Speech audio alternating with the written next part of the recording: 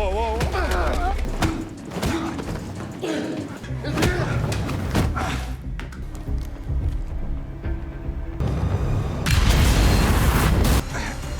Today we will recap a 2022 film titled Restless. In the opening scene, we meet Thomas, a police lieutenant with the French crime squad.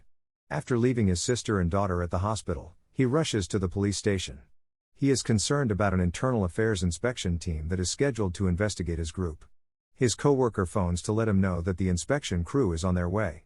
His sister, Agathe, then calls and asks him to hurry back to the hospital funeral parlor, which is in the opposite direction. Agathe and Thomas recently lost their mother, and they are keeping her casket open until Thomas arrives to say his final goodbyes. Thomas swerves to avoid a hairy dog in the road, then crashes into something out of fright. He discovers a man laying in the road, bleeding and possibly dead. Meanwhile, at the police station, Mark inquires about Thomas' contact status and estimated arrival time. Naomi is unaware of this and does not have big expectations for Thomas. Soon later, they learn of the arrival of the internal affairs inspection team. Mark thinks that they must safeguard Thomas and the station's reputations. Mark and Naomi steal into Thomas' locker and flush what they believe to be illegal cash down the toilet. Back on the road, Thomas wraps the body in a tarp, places it in his trunk, and covers its head with his jacket.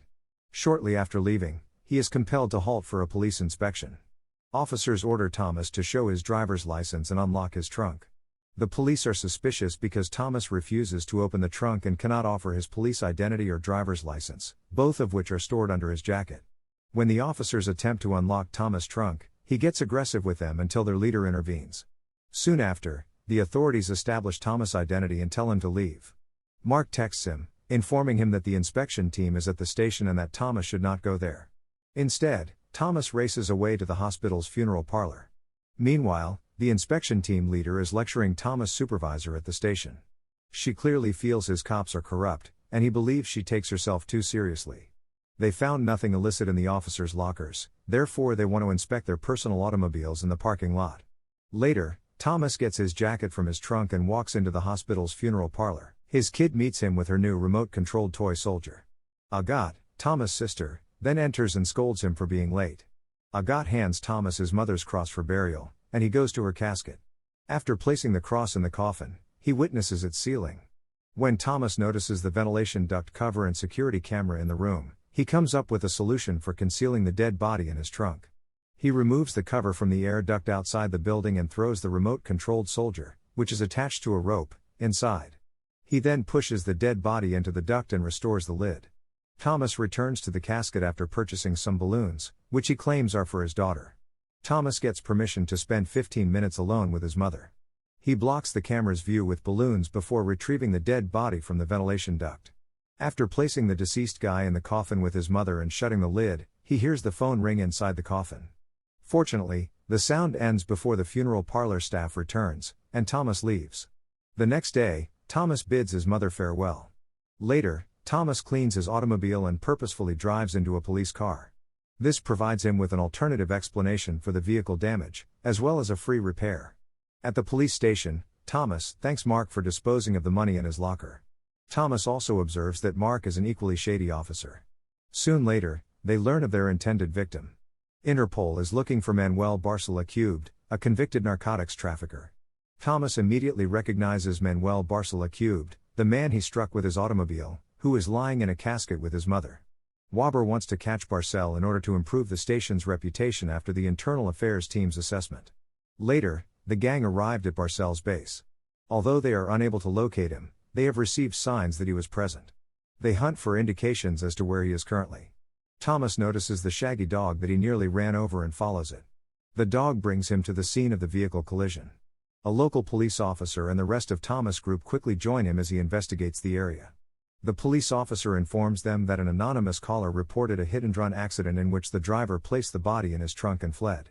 The cop intends to analyze camera footage for hints. That night, they watch the accident video again. Mark and the police officer believe the automobile was a gray BMW identical to Thomas, but they are unable to capture a clear photograph of the license plate for identification. Thomas is quite nervous. The next day, Thomas receives a call while at the indoor weapons range. The caller wishes to report seeing Manuel Barcel. Thomas requests that the caller inform him of his whereabouts. However, The caller wants that Thomas identify the place where he took Barcela Cubed after placing him inside his vehicle. Thomas hangs up with the caller and returns to the fire range. The caller contacts Thomas's cell phone from a masked number, but he does not respond. The caller then contacts Naomi's cell phone and requests that she inform Thomas to answer his phone. Thomas then answers his phone, and the caller tells him that he knows Thomas killed Barcela Cubed. Thomas informs him that he is mistaken and asks him to stop calling. The caller threatened to tell the police where Thomas buried Barcela Cubed. Thomas wants to think about it and hangs up. Suddenly, a dark-colored SUV stops in front of Thomas and knocks him over. Thomas struggles to crawl out from underneath the SUV as it slowly moves forward. Thomas escapes, and the SUV exits. Mark then emerges and inquires about Thomas' mother's burial at the coastal cemetery. He notifies Thomas that the last cell phone pings from Barcel's phone were detected near the graveyard. However, they are unable to triangulate the precise location. Thomas thinks that's tragic. The mysterious caller then makes another attempt to contact Thomas. He claims to have witnessed Thomas bury Barcela Cubed. Thomas says he couldn't have seen it and closes the conversation. Later, Thomas calls to ask if there is a record of everyone who was in the garage that morning, and he receives a favorable response. He informs the record keeper that he will come to obtain the list. Suddenly, Thomas receives another call from an unknown number. Before Thomas can respond, a man approaches and slaps him out of his chair. The man, identified as Captain Morelli, the head of the narcotics group, claims that he mistook Thomas for someone else. Vauber insists on remaining silent about the incident. Vauber thinks Morelli obstructed the internal affairs inquiry, and they owe him a favor. Thomas confronts Morelli in the bathroom. Morelli asks Thomas to bring him Barcela Cubed that night. They fight, and Morelli wins.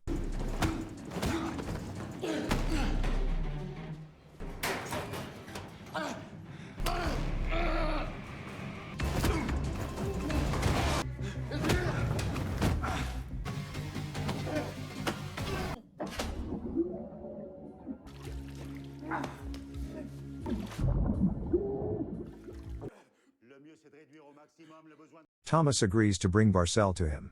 That night, Thomas visits his mother's grave. Just before breaking into the casket, he apologizes to his mom. After getting Barcel out of the grave, he checks his pockets. Thomas removes Barcel's cell phone and after rolling him over, he sees 2 bullet holes in his back. Thomas is relieved to realize that he did not actually kill Barcel. Thomas then drives to Barcelona's base camp to look for clues regarding what transpired. After finding a phone charger, Johnny is astonished once more by the shaggy dog. Thomas then discovers an envelope with a photograph and a business card, which he pocketed. Barcel's phone rings as he prepares to depart. Thomas keeps mute as the caller expresses concern that Morelli killed him because he had not answered his phone. The caller recognizes that it is probably not Barcela Cubed who answered the phone and hangs up. Later, when Thomas phones Naomi, he discovers that Michael Berge owns the phone number. Berge has a criminal record including fraud and computer hacking. Thomas persuades Naomi to unlawfully trace Berge's phone, alert him of his location, and email him a photo of Berge. Mark shows up unexpectedly and offers to assist Naomi with ticket processing. He sees a traffic camera photograph of Thomas that reveals damage to the front of his automobile. The date coincides with the accident. Later, Thomas discovers Berge at a laundromat. He threatens to torture Berge in a hot dryer, so Berge tells him everything. Morelli is hunting for a key to a vault where Barcel has kept narcotics money. Morelli and Barcel diverted police-confiscated drugs destined for disposal into their own containers. They diluted the solution with alcohol and sold it to private clubs for a great profit. Barcel double-crossed Morelli by selling the business to Albanians. The key to the secret vault is inside Barcela Cubed. Thomas returns to his mother's grave and pulls out Barcel's body again. He retrieves the key. Suddenly, Mark points a flashlight at Thomas and holds him at gunpoint. Thomas denies killing Barcela Cubed. Mark is intrigued by the photograph of Thomas's damaged automobile that was sent with the ticket. He puts Thomas in handcuffs until he knows the truth. As they drive away, Thomas informs Mark of Morelli's blackmail and everything else. Mark handed over the handcuff key to Thomas after he understands the situation. Morelli calls, and Thomas gets out of the automobile to speak with him. Morelli installs a huge container on top of the vehicle in which Mark is now sitting. Morelli asks Thomas to bring him Barcela Cubed in the morning. Thomas refuses, claiming that he will give himself in until the authorities know everything. Morelli informs Thomas that he is at his home with Thomas's sister and daughter. Thomas is concerned about their safety and agrees to transport Barcela Cubed to Morelli. Thomas rushes home to realize everything is great. Later, Mirelli texts him the GPS coordinates on where to carry the body. Thomas sends Agathe and Louise on an unexpected weekend trip out of town. He then gathers ammo and explosive charges that he had lately seen in the armory. Thomas stops and places an explosive charge on Barcel's body. Mirelli instructs Thomas to stop his car at a distance and deliver Barcel's body to him. Thomas places Barcel's body in the rear of Mirelli's truck. Mirelli removes Thomas' weapon and searches him for more metallic things. Mirelli admits he shot Barcela cubed at Thomas' instruction. As Thomas starts walking away, he activates the 2-minute delay on the explosive charge. Mirelli summons Thomas and uses his handgun to shoot him. However, Thomas placed blanks into his weapon. Mirelli threatens to shoot him with a shotgun, but Thomas assures him that he has made arrangements, and that if he dies, he has already written an email informing the authorities. Mirelli decides not to shoot Thomas, and Thomas attempts to flee before the device detonates. Mirelli returns Thomas' weapon after unloading the blanks and drives a short distance before the bomb detonates. Surprisingly, Mirelli does not die. Thomas rushes to load his gun, but barely gets one round in before Mirelli's vehicle collides with him. Thomas runs out of his car, and Mirelli pursues him in a frenzy, resulting in a brawl.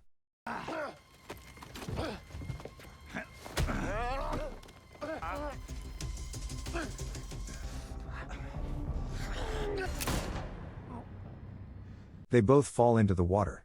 Later, we see Thomas shackled and on the phone with his daughter, telling her how much he loves her. The police station arrests Thomas and interrogates him. Vauber's supervisor orders him to conceal the information so that they do not become embroiled in a scandal themselves. Later, Naomi pays Thomas a visit at the beach. Naomi notifies him of his departure from the police service and praises his decision to offer his severance salary to Mark's wife. Naomi discovered the vault key inside Mark's automobile and delivered it to Thomas in order to prevent the internal affairs group from obtaining it. Thomas then visits the underground vault, assuming it contains the drug money. He has the key to unlock the door, but he now requires the code. He correctly assumes that the image he discovered at Barcelos base depicts the code.